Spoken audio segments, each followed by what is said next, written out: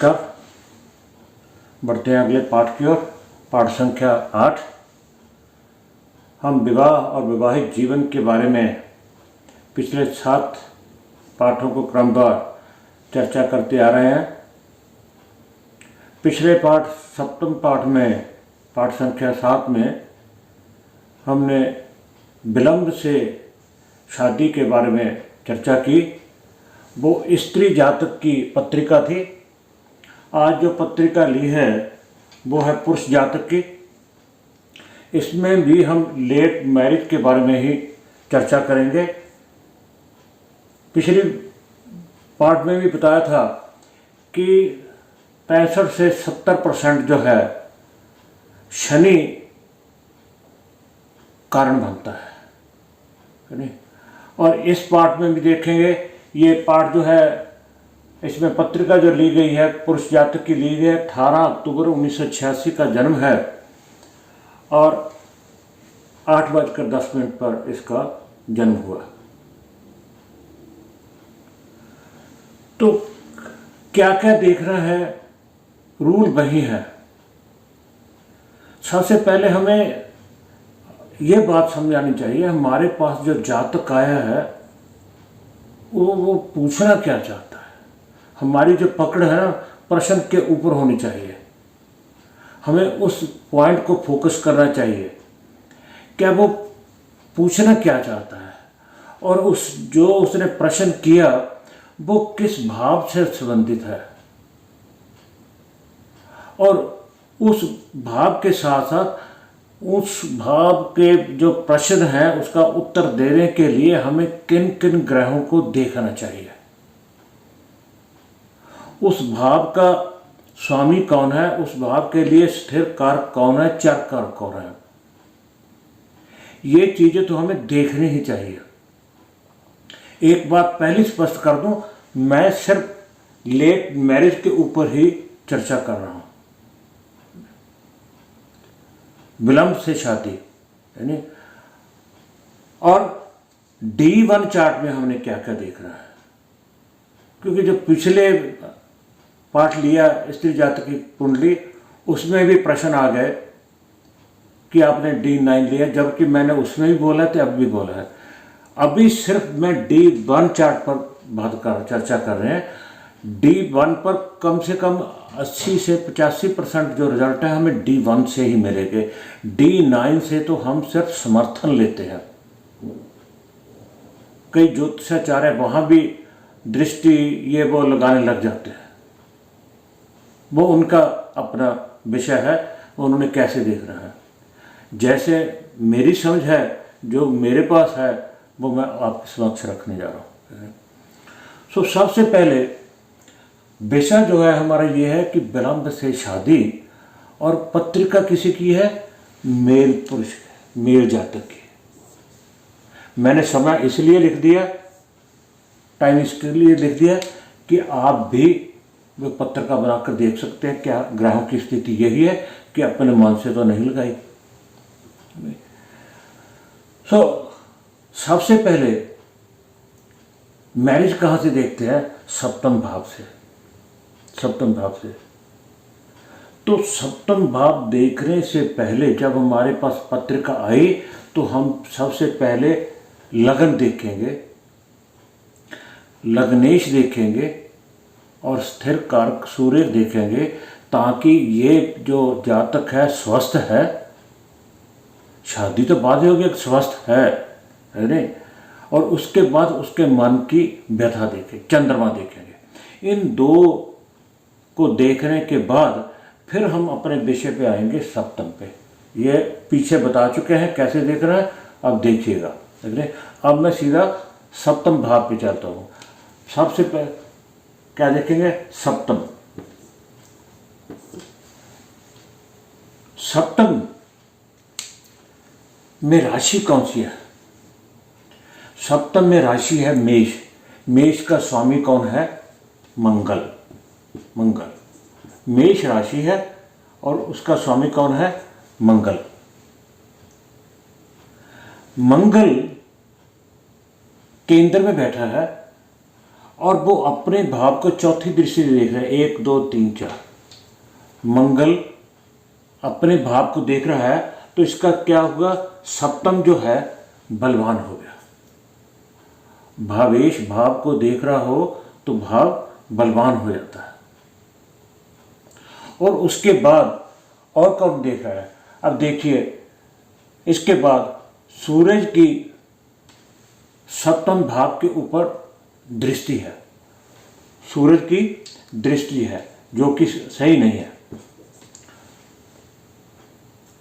मित्र शत्रु बात की बात, सूर्य अशुभ ग्रह है, उसकी सप्तम के ऊपर अलगब। हमारा प्रश्न क्या है, विलंब से शादी। तो सूर्य की दृष्टि जो है इसके ऊपर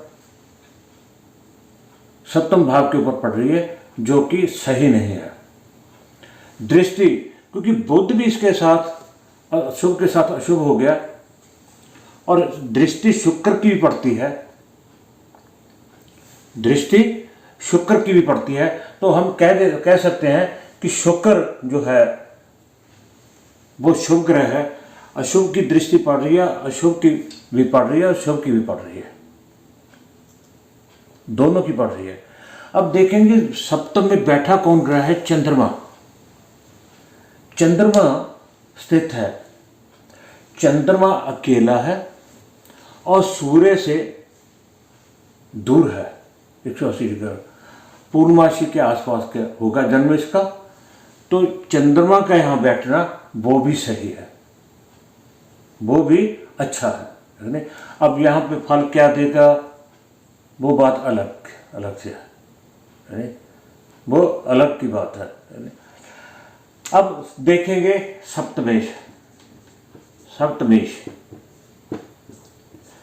सप्तमेश कौन है, मंगल कहाँ बैठा है, केंद्र में बैठा है, अपनी उच्च राशि का होकर बैठा है, केंद्र में बैठा है, अपनी उच्च राशि का होकर बैठा है। अच्छा है, मगर उसे दिग्बल प्राप्त है नहीं प्राप्त है, अगर षट बल में जाकर देखोगे तो इसका बल 0 होगा। यहाँ उच्च राशि का जरूर होकर बैठा और केंद्र में बैठा, अच्छा मंगल, अच्छा हम अच्छा कहेंगे। अब देखिए मंगल सप्तमेश है, इसकी स्थिति अच्छी है और इसके ऊपर 1 2 3 शनि की दृष्टि है, शनि जो कि गलत हो गई। शनि की दृष्टि, शनि ने इसको पीड़ित कर दिया। जो लोग राहु केतु की दृष्टि मानते हैं, मानना चाहिए, मैंने इनकार कर रहा, 1 2 3 4 5 तो राहु की केतु की दृष्टि भी है, अब ले सकते हैं, उसकी दृष्टि को भी ले सकते हैं। तो क्या हुआ कि यहाँ जो सप्तमेश है वो शनि से पीड़ित, सप्तमेश शनि से पीड़ित और सप्तम भाव जो है सूर्य की से पीड़ित। अब आ गया कारक, ये पुरुष जातक की पत्रिका है, इसमें स्थिर कारक भी शुक्र है और चर कारक भी शुक्र है।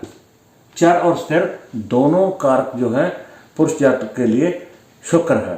तो अब शुक्र की स्थिति देखेंगे, शुक्र कहाँ बैठा है, सूर्य के साथ अस्त है, सूर्य के साथ बैठना अस्त हो गया और सूर्य के साथ प्रभाव, अस्त तो है ही है, सूर्य का भी प्रभाव है,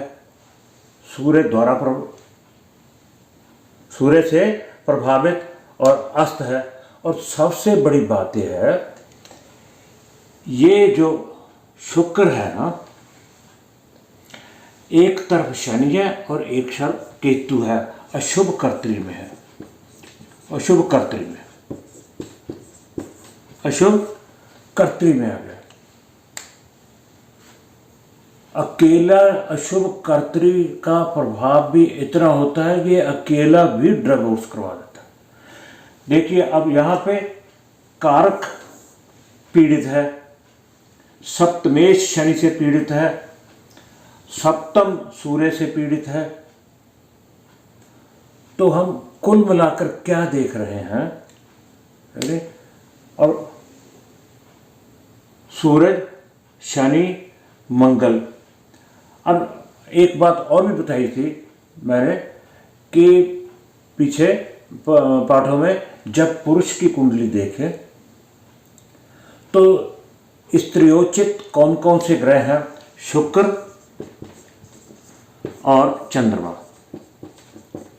शुक्र और चंद्र दोनों है। शुक्र तो इसके लिए कारक है ही है, उसको हमने स्थिर कारक के भी देख लिया, चार कारक में भी देख लिया। अगर स्त्रियोचित देखेंगे तब भी वो पीड़ित है। अब चंद्रमा है, चंद्रमा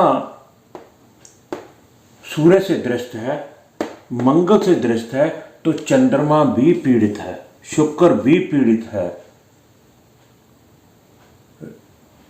तो जो भाव है वो भी पीड़ित है। तो इससे क्या स्पष्ट होता है? सीधी सीधी बात है कि डाइवोर्स की नीति नहीं है। हम ये देख रहे हैं कि लेट मैरिज, इसका जो शादी है 2015 में हुई, 2015 में हुई, लगभग 29-30 साल का होगा जब इसकी शादी हुई होगी। तो लेट का कारण कौन है? शनि। यहाँ भी देखिए, शनि ने सप्तमेश को पीड़ित किया, शनि ने कारक को पीड़ित किया कर्तरी के तौर पर, सूरज ने सप्तम को पीड़ित किया, शनि ने स्त्री जातक जो स्त्रियोचित ग्रह है चंद्रमा उसको भी पीड़ित किया। मगर बात यह है कि शादी तो होगी मगर लेट होगी। अब अगली जो पत्रिका होगी उसमें हम D9 चार्ट लगाकर भी देखेंगे। कृपया प्रश्न, मैं सिर्फ बार बार यही कहता हूँ कि फोकस हमें किस बात पर करना चाहिए? अपने सब्जेक्ट के ऊपर भी। जो जातक का प्रश्न क्या है, वो किस लिए आया है, उसके ऊपर। अगर वो कहता है, अगर हम चंद्रमा की बात करें या वो कहेंगे ये तो चौथे में पड़ा है, मंगलिक है। हाँ, मंगलिक है। मंगलिक कोई लेट शादी का या डिवोर्स का कारण नहीं बनता। मंगलिक होना डिवोर्स का कारण नहीं है, मंगलिक होना लेट शादी का कारण नहीं है कि ज्योतिषाचार्य मंगलिक दिखाकर उसका उपाय में लग जाते हैं तब शादी होगी, ऐसा कुछ नहीं है। नहीं? तो हमें उसके ऊपर ध्यान चाहिए, क्योंकि अगर मैं ना कहता तो प्रश्न आना चाहिए ये तो जो मंगलिक भी है। मंगलिक का चैप्टर अलग होगा, मंगलिक कैसे दूर होगा, क्या उपाय होंगे। जब उपाय की बात होती तो बाहें खिल जाती हैं कि अब पैसे की बात हो गया। अगर पूछता है मंगलिक है तो क्या उपाय करें, शादी देर से है क्यों नहीं हो रही, किसका उपाय करें, तो बाहें खिल जाती हैं कि अब पैसों की नोट आएंगे जेब में, खिल जाती हैं। सिर्फ उस बात के ऊपर ध्यान दीजिए भी कारण क्या है शादी का, वो पूछना हमारा है। अगर वो इंसान ये कहता है कि मेरी ओवरऑल इसके जीवन के बारे में चर्चा कीजिए, बता दीजिए कैसा होगा, बीमार तो नहीं होगा, शादी, बच्चे, ये वो ओवरऑल सारी कुंडली का व्याख्या करवाना चाहता है, फिर आप मंगलिक भी बताइए, चंद्रमा भी बताइए, सब कुछ बताइए।